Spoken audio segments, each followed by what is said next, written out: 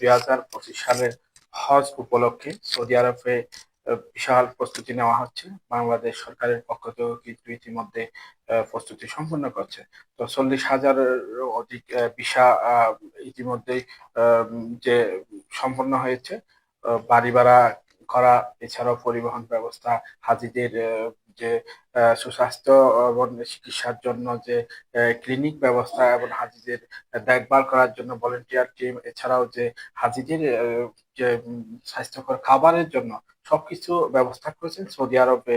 আমরা যে হজ দায়িত্বশীল কর্তৃপক্ষ যারা রয়েছে, হজ মিশনের যিনি দায়িত্বশীল রয়েছে তাদের সাথে কথা বলেছি। এছাড়াও যে ধর্ম মন্ত্রণালয়ের ধর্ম উপদেষ্টা মহোদয়ের কঠোর নির্দেশনা রয়েছে। এমন যে প্রবাসী যারা রয়েছে, প্রবাসী নেতৃবৃন্দ, প্রবাসী ব্যবসায়ী কিংবা যে প্রবাসী যারা রাজনীতিবিদরা রয়েছে, ইতিমধ্যে যে বাংলাদেশ জাতীয়বাদী দলের যে দায়িত্বশীল যারা রয়েছে তারাও কিন্তু ব্যাপক প্রস্তুতি নিচ্ছে যে হাতিদেরকে বরণ করার জন্য।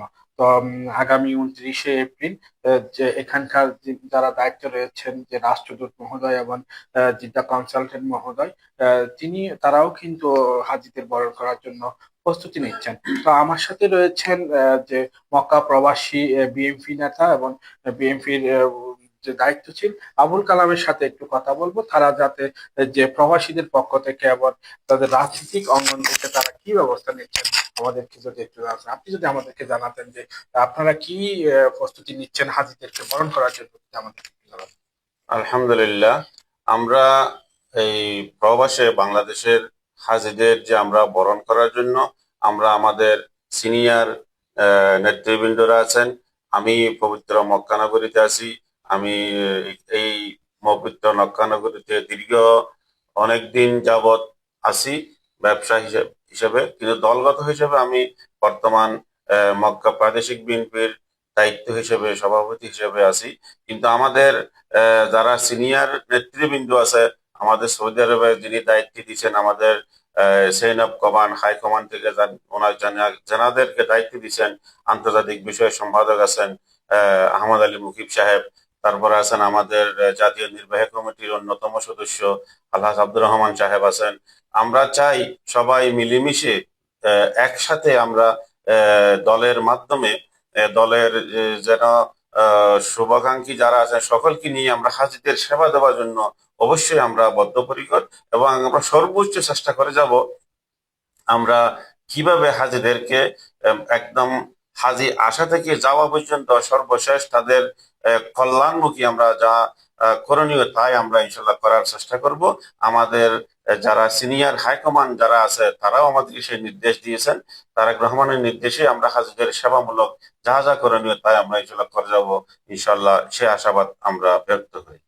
কিছু ট্রাভেল এজেন্সির কারণে হাজিরা প্রতারিত হয়ে থাকে এবং এখানে হজ ব্যবস্থাপনার অবহেলার কারণে কিন্তু কিছু হাজি ভুক্তভোগীর শিকার হয় বা ক্ষতিগ্রস্ত হয়। সেক্ষেত্রে আপনার কি নির্দেশনা থাকবে তারা যাতে কোনো ধরনের হয়রানি কিংবা যাতে কোনো হাজি ভুক্তভোগী না হয়?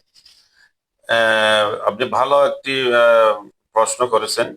আমরা দেখেছি দীর্ঘদিন আমাদের এই এজেন্সিগুলিদের মাধ্যমে যারা এখানে হাব অ্যাসোসিয়েশন যারা নিয়ন্ত্রণ করে, আমরা তাদের কাছে আমরা বারবার উদারত আহ্বান জানাই।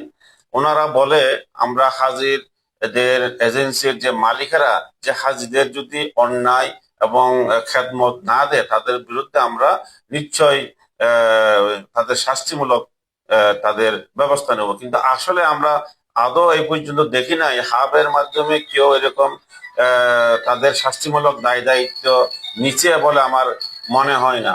যারা আসে তারা কোনো না কোনো ভাবেই মামাতো ভাই খালুতো ভাই পরিচয় দিয়ে তারা পার পেয়ে যায়। কিন্তু আমরা এইবার যারা হজ এজেন্সির মাধ্যমে কাফেলার মাধ্যমে হাজি আনবে সকলের সাথে আমরা অনুরোধ করব আপনারা যারা হাজি দেশের থেকে এখানে পাঠাবেন এবং যাদেরকে এখানে মোনাজ্জম বানিয়ে মোয়াল্লেমের কাছে পাঠাবেন, তাদের কাছে অনুরোধ আপনারা হাজিদেরকে ছেড়ে দিয়ে আপনারা অন্যান্য কাজে যেন জড়িত হয়ে না পড়েন। আপনারা হাজি বিভিন্ন জায়গায় যায় কিন্তু আপনাদের থাকাতি নাই। যেমন অন্যান্য দেশের হাজিরা আসে, মালয়েশিয়ান থেকে আসে, ইন্দোনেশিয়ার থেকে আসে, তাদের একটা শৃঙ্খলা, তাদের যে একটা মানে প্রটোকল আমরা দেখে তো অবাক হয়ে যাই। কিন্তু তার দের সাক্ষাতে আমাদের বাংলাদেশ থেকে তারা আছে, তারা হয়তো দেখতে দেখতে বা দেখার দেখার যে একটা তাদের সিস্টেমে পর্বে এসে আসে আমরা ব্যর্থ করি। কেননা হাজিরা আসে তারা নতুন, তারা চিনে না বাড়ি কোন দিকে যাবে, কোন রাস্তা কোন দিকে যাবে। তবে এখানে যারা হজ কর্মী, যারা হজ মিশন থেকে দিয়েছেন, তাদের প্রতি আমাদের অনুরোধ থাকবে আপনারা হাজিদেরকে যথাযথ হেফাজতের জন্য তওয়াফ করে বের হয়ে যেন হারিয়ে না যায়, হারিয়ে গেলেও তাদেরকে যেন ঠিকভাবে বাসায় পৌঁছে দেওয়া যায়। এবং এখানে এই যে বর্তমান সৌদি সরকারের পক্ষ থেকে এখানে বিভিন্ন হেরাম শরীফের প্রতিটা গেটের মধ্যে তাদের অভিযোগ বক্স রাখা হয়েছে এবং মোয়াল্লেমের বক্স রাখা হয়েছে। এবং এখানে পুলিশ থেকে শুরু করে তারা যে হাজিদের যে খেদমত দিয়ে যাচ্ছে, শুধু তাদের নির্দেশনা দিলে হাজি যথাযথভাবে একদম বাসায় পৌঁছে যাবে ইনশাল্লাহ। আর এখানে আমরা সবচাইতে বেশি ধন্যবাদ জানাই এই সৌদি সরকারের আমাদের হাজিদেরকে, যে অত্যন্ত সেবামূলক কাজের জন্য সারা পৃথিবী থেকে যে হাজি আসে তাদের সেবার জন্য যে তারা একটা এই প্রস্তুতি নিয়েছে, এটা মানে বলা খুব ডিফিকাল্ট।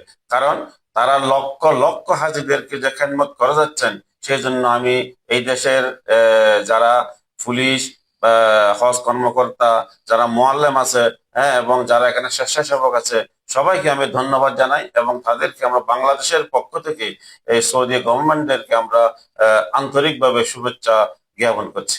ধন্যবাদ। ধন্যবাদ আপনাকে। দেখতে পাচ্ছেন যে এই যে মক্কা মুকাররমার যে গ্র্যান্ড মসজিদ, যে পবিত্র আল্লাহর ঘর, যে কাবা ঘরের আশপাশে কিন্তু বিশাল আকারে ব্যাপক প্রস্তুতি আকারে কিন্তু সাজানো হচ্ছে। যদি একটু দেখায় সামনে, দেখতে পাচ্ছেন যে বিভিন্নভাবে কিন্তু তারা প্রস্তুতি নিচ্ছে, যারা হাজিরা যাতে তারা খুব সুন্দরভাবে আল্লাহর ঘর তওয়াফ করতে পারে, হজের আনুষ্ঠানিকতা সম্পন্ন করতে পারে। ইতিমধ্যেই কিন্তু যেসব যে উমরা হাজিরা ছিল তাদেরকে দেশ ত্যাগ করে বেরিয়ে যাওয়ার নির্দেশনা দেওয়া হয়েছে। হাজিরা কিন্তু আস্তে আস্তে চলে যাচ্ছে। খুব হালকা ভাবে যে কাবাগর প্রাঙ্গণ কিন্তু আস্তে আস্তে হাজির সংখ্যা কমে যাচ্ছে, তারা বিভিন্নভাবে সাজিয়েছে। তো সব মিলিয়ে কিন্তু একটি ব্যাপক প্রস্তুতি নিচ্ছে সৌদি আরব সরকার। এছাড়াও আমাদের বাংলাদেশ সরকারের পক্ষ থেকে যারা দায়িত্ব রয়েছে তারাও ব্যাপক প্রস্তুতি নিচ্ছে। আগামী 29 তারিখ হাজির যে আগমনের মধ্য দিয়ে কিন্তু হজের যে আনুষ্ঠানিকতা শুরু হবে এমনটা প্রত্যাশা করছেন সকলে।